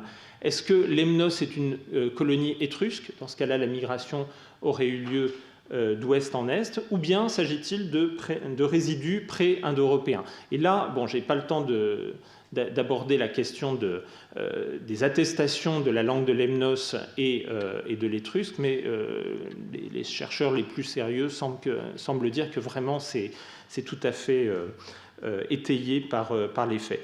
Et d'après le travail le plus récent sur les langues de l'Italie antique, de Michael Weiss, il semblerait qu'on ait effectivement affaire à d'anciennes colonies. Mais encore une fois, il ne se prononce pas sur le sens de la migration, de la colonisation entre Lemnos et l'Étrurie. Alors j'en viens maintenant, mais je serai bref, à la question des Indo-Européens, avec laquelle vous êtes certainement plus familier qu'avec les exemples que je viens de donner. Ce qui est important de rappeler, c'est que dans le cas de l'expansion des langues indo-européennes, on a toutes les raisons de croire qu'elle s'est effectivement appuyée sur une expansion de population et sur une migration au sens déplacement avec armes et bagages, en tout cas bagages, et avec déménagement de toute la famille, de tout un clan, etc. On pourrait, ça serait la matière pour toute une série de conférences. Il y a d'ailleurs suffisamment d'indo-européanistes pour le faire à ma place. Donc je reprends deux figures qui me semblent particulièrement parlantes. Le fait qu'on sait par les langues indo-européennes, y compris celles parlées le plus loin de l'Europe, à savoir le tokarien en Asie centrale, au Turkestan chinois, et par les langues de l'Inde, d'origine indo-européenne, que les locuteurs de la langue ancêtre de ces langues avaient le cheval, avaient la roue et avaient au moins un élément du char. Et je pense que s'ils avaient un essieu pour leur char, ils devaient vraisemblablement avoir un char autour. Cela dit, on ne reconstruit pas de nom pour le char, hein, contrairement à ce qu'on croit parfois. Cette figure est encore plus parlante. Comme vous le voyez, on peut retrouver donc deux noms pour la roue. Alors certainement, dans un cas, il s'agit de la roue ronde et peut-être pleine, et dans l'autre cas, de la roue à rayons. On reconstruit un nom pour le timon, on reconstruit le nom pour l'essieu, et on reconstruit un nom pour se déplacer avec un moyen de transport. Et les deux sous-groupes linguistiques qui conservent le mieux cette terminologie du déplacement sur véhicule à deux roues, ce sont, comme par hasard, les plus éloignés de l'Europe, ceux qui ont eu le plus usage et qui ne l'ont pas perdu, semble-t-il, de cette technologie, à savoir les langues indo-iraniennes et le tokarien en Asie. En revanche, les mots de l'agriculture, et en particulier les noms d'espèces végétales utiles à la survie, présente une configuration totalement différente. Il s'agit d'une seule figure, la situation est plus complexe que celle-là, mais elle est quand même très parlante. Il y a tout un tas de végétaux, le pois, le haricot, la lentille et la rave, qu'on ne trouve qu'en Europe. On ne les trouve pas en arménien, on ne les trouve pas dans les langues indo-iraniennes ni en tokarien. Et pourtant, ce sont des langues qui sont extrêmement bien attestées. La terminologie alimentaire de l'arménien est parfaitement connue. Là n'est pas le problème. Manifestement, ces termes ont été adoptés par les ancêtres des locuteurs de langue indo-européenne européenne en arrivant en Europe parce que ces végétaux étaient déjà cultivés. Et de fait, les correspondances phonétiques, là encore je ne rentre pas dans le détail, mais les correspondances phonétiques entre les mots de la technologie du déplacement en voiture ou en char sont parfaitement régulières. Au contraire, les correspondances phonétiques entre les mots des espèces végétales utiles à l'agriculture sont totalement irrégulières. Et ça montre justement qu'on a affaire à des emprunts et non pas à un vocabulaire hérité. Voilà, donc ça confirme que s'il y a eu migration vers l'Europe de populations qui ont façonné ce que nous sommes, à la fois linguistiquement et génétiquement, il n'y a pas forcément un recoupement et que dans le cas de l'agriculture, vraisemblablement, il s'agit de migrations qui ont précédé l'arrivée des langues indo-européennes, qu'elles aient été portées par de vraies migrations ou pas, le débat, je crois, n'est pas tranché. Alors parfois, et ce sera mon dernier exemple sur l'indo-européen, et ce sera une transition avec l'objet de mes études qui est plutôt sur les langues du Caucase, certains faits linguistiques peuvent nous indiquer ou nous donner l'idée d'itinéraires de migration. Par exemple, il est bien connu que la branche indo-aryenne, qui a abouti aujourd'hui sur le plateau iranien et en Inde, avait une expansion beaucoup plus large, en particulier les nomades des steppes, les sites pour la plupart étaient de langue iranienne, mais on sait aussi, depuis à peu près un siècle, par des tablettes retrouvées dans les archives hittites, donc au cœur de l'Anatolie, on sait par un traité hippique ou équestre d'un certain Kikkouli, qui lui-même se disait originaire d'un royaume à l'est de l'Empire hittite qu'on appelle le Mitanni. Donc la date est à peu près 1500 avant Jésus-Christ. On sait que ce fameux Kikkouli, expert en chevaux, était vraisemblablement lui-même ou connaissait, fréquentait des gens d'une langue indo-aryenne. Parce que pour dire simple volte, un simple tour de cheval, il dit Aika Wartana, avec la racine que vous avez dans Wertor en latin, je me tourne, et Aika, qui est la forme spécifique à la branche indienne, pas partagée par la branche iranienne, pour dire unique. Un exemple beaucoup moins connu, puisque c'est moi qui suis en train de batailler pour le faire reconnaître, c'est le fait qu'on trouve dans une langue du Caucase du Nord, le tchétchène, dont vous avez entendu parler aux actualités, on trouve un système pronominal extrêmement intéressant qui est presque entièrement hérité de la proto-langue d'une famille locale caucasique à laquelle appartient le tchétchène. Mais ce qu'on constate, c'est qu'il s'est produit dans le système des pronoms un bouleversement qui est assez intéressant, à savoir que le pronom inclusif de première personne du pluriel a été utilisé comme pronom exclusif en tchétchène, et le tchétchène, en revanche, a emprunté à une source qui n'est pas claire, un nouveau pronom inclusif, c'est-à-dire pour dire « nous » et pas « vous ». Et ce pronom inclusif ressemble fâcheusement à la forme de la première personne du pluriel dans un certain nombre de langues indo-européennes, pas toutes. Bon, c'est le « oui » de l'anglais, « wir » de l'allemand. La plupart par exemple en latin, vous avez « nos ». Hein. Donc ça permet d'identifier la source possible de cet emprunt. Et la forme en fait la plus proche, c'est une forme qu'on trouve en sanskrit. Vayam, nous, au nominatif. Il y a d'autres formes au cas oblique. Et ce qui est sûr, c'est que le peuple indo-européen avec lequel les Tchétchènes ont manifestement été en contact, et il y a beaucoup d'autres emprunts d'origine indo-européenne dans cette langue et dans d'autres langues de la région, n'était pas uniquement celui qui a donné naissance au peuple des Ossètes. Je vous rappelle que les Ossètes sont les descendants des Scythes, c'est-à-dire de ces nomades iraniens qui étaient dans la région des steppes, puisqu'en Ossète, on a une autre forme pour la première personne du pluriel, on a mar. D'accord ? Donc voilà, c'est une hypothèse, c'est, à mon avis, elle est probable, elle demande à être étayée par tout un faisceau d'autres faits. Voilà. Donc je voudrais maintenant faire une petite transition, si j'en ai le temps, sur la question de la façon dont, au-delà des itinéraires, au-delà de savoir si on peut identifier transfert de langue et transfert de population, je voudrais montrer comment on peut établir quand, où et comment se sont effectuées les bifurcations, les embranchements. Parler de carrefour. Pour cela, il faut remonter aux origines donc, de la linguistique comparée telle qu'on la pratique et qu'on la connaît aujourd'hui. Elle s'est développée, comme je l'ai dit, en Allemagne au milieu du XIXe siècle.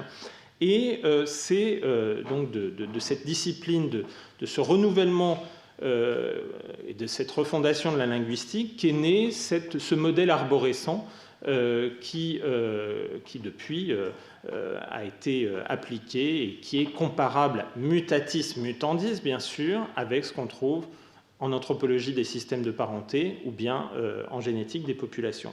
Alors, le premier arbre date de 1861, il est dû à un certain Schleicher, et je ne vais pas m'attarder sur tous les embranchements qu'il propose et dont certains ont été validés, d'autres infirmés. Mais le premier lui semblait être celui qui séparerait les langues germaniques et baltoslaves d'une part, et toutes les autres branches, latin, grec, sanskrit, etc. Et l'argument, ce qui est important, c'est la méthode.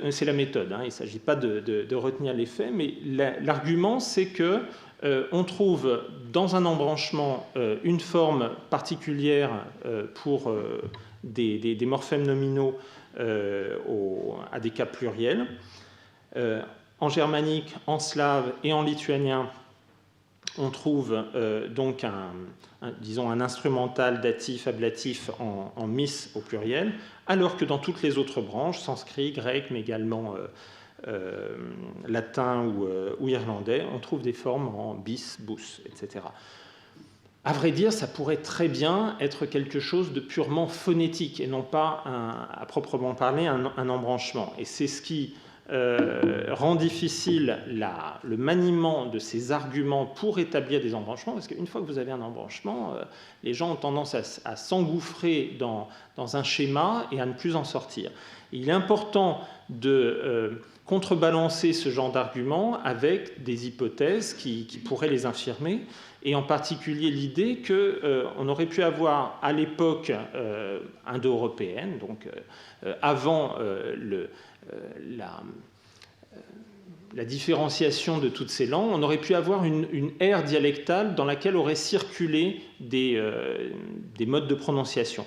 Et c'est une approche différente, mais qui est pratiquée par les mêmes linguistes, et qui donne ce genre de configuration. Donc ça, c'est beaucoup plus récent, mais encore une fois, il s'agit d'une démarche qui est constante dans la recherche néogrammérienne. C'est l'idée qu'il faut toujours se demander si une différence entre deux branches ne peut pas remonter à la proto-langue et être due simplement à une simple proximité géographique. Et de fait, le fait que les langues germaniques et les langues baltes ou slaves partagent ce qui ressemble à une innovation pourrait être dû simplement au fait qu'elles se trouvaient dès l'époque de la proto-langue dans une zone contiguë, alors que les autres avaient une autre prononciation. Encore une fois, un type de différence qui est simplement dialectale et non pas entre langues.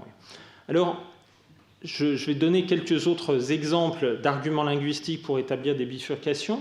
Un de mes favoris est une innovation lexicale, mais qui me semble être extrêmement parlante.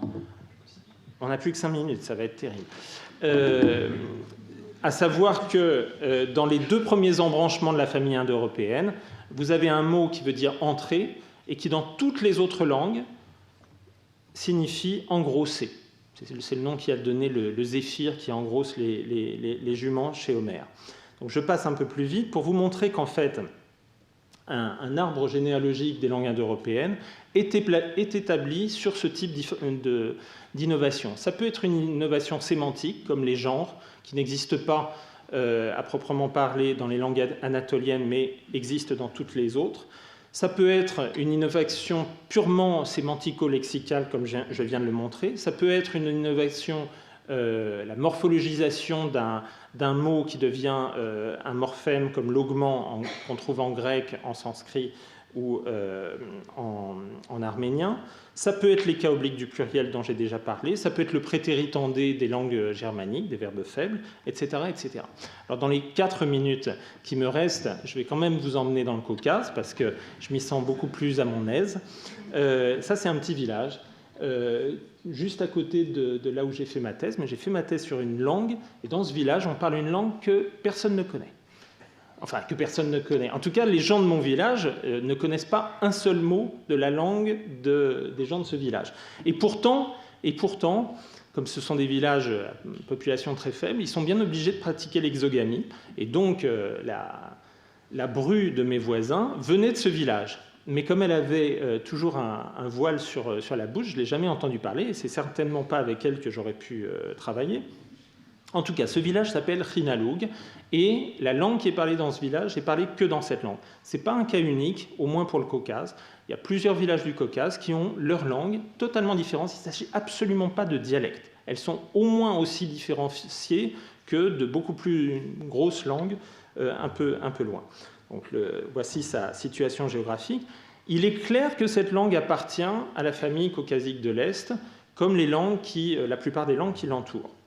Et cette langue est parlée au sud-est de la zone de cette famille, et elle est entourée par une des branches de cette famille. Les branches sont bien établies par la linguistique, on appelle la branche Lesgeek. Et récemment, un collègue allemand a proposé de façon assez vague, de localiser et d'identifier la source de cette langue à l'intérieur de l'arbre de cette famille. En particulier, il s'appuie sur des arguments typologiques entre un type innovatif et un type plus conservateur, sur lesquels je ne reviens pas, et parce que le Khinalug présente des conservatismes partagés avec certaines autres branches et pas avec certaines autres, il considère qu'il doit trouver sa source dans la proto-langue intermédiaire de ces langues de type conservatif. Et son argument, c'est en anglais, mais c'est extrêmement néogrammérien et donc rien d'hétérodoxe là-dedans. There are no systematic features that would allow placing Khinalug in one of the subgroups in terms of common innovation.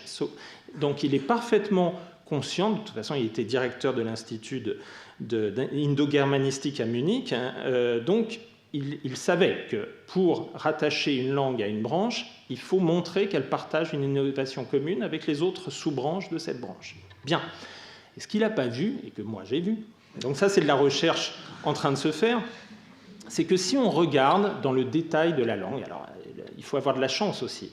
Moi je suis allé voir la phonétique, j'avais remarqué qu'il y avait dans le vocabulaire un air de famille avec d'autres branches, pas celles que dit Schulze. Et donc je suis allé voir en particulier le système des affriqués. Les langues du Caucase sont très complexes, nos langues ont très peu d'affriqués, ces langues ont des systèmes d'affriqués extrêmement complexes.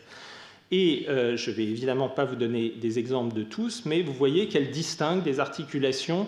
Pour chaque point d'articulation, elles distinguent des modes d'articulation jusqu'à 5. Donc par exemple, sur les dentales affriquées, vous avez z, ts, ts, ts, ts, intensif. On ne les entend pas, c'est normal, c'est comme les clics, etc. Mais ce qui est important, c'est que dans les langues dites conservatrices, à laquelle appartiennent Ce sont des langues ou des branches. Le lak est une branche, le dargwa est une branche avec plusieurs langues. Le tabassaran et le lezgian appartiennent à la même branche, mais sont assez différents.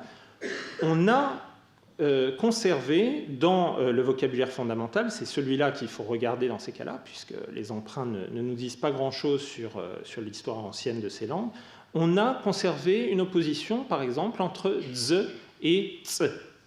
Okay, donc ça veut dire que ces langues, si on regarde ce vocabulaire, ont une opposition phonologique. Alors je pourrais regarder à tous les points d'articulation et on aurait exactement la même chose. C'est-à-dire ces langues dites conservatrices ont une opposition entre éjective intensive et affriquée sonore.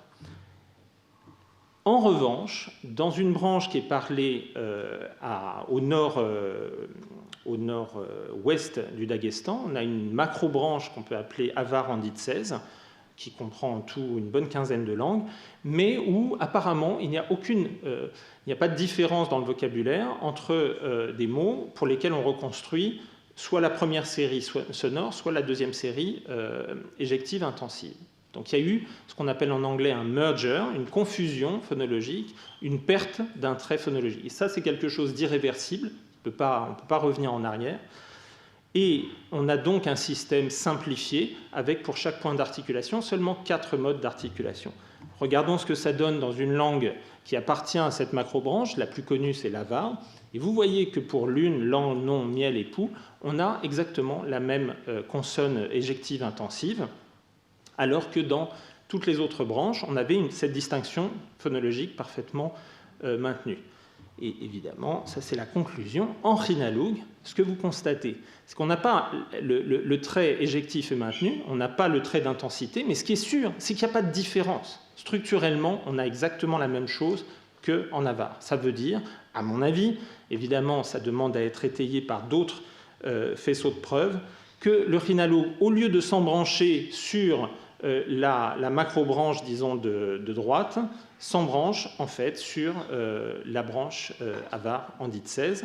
Et deuxième conclusion, donc il y a eu une innovation phonologique à cet embranchement, et à mon avis, plutôt que de supposer que tous les peuples avars en dit 16 sont venus du sud, ça signifie que les Khinalug, à un moment de la proto-histoire, puisqu'ils n'ont pas d'histoire, ils n'écrivent pas, ont dû migrer depuis le nord-ouest vers le sud-est de cette famille.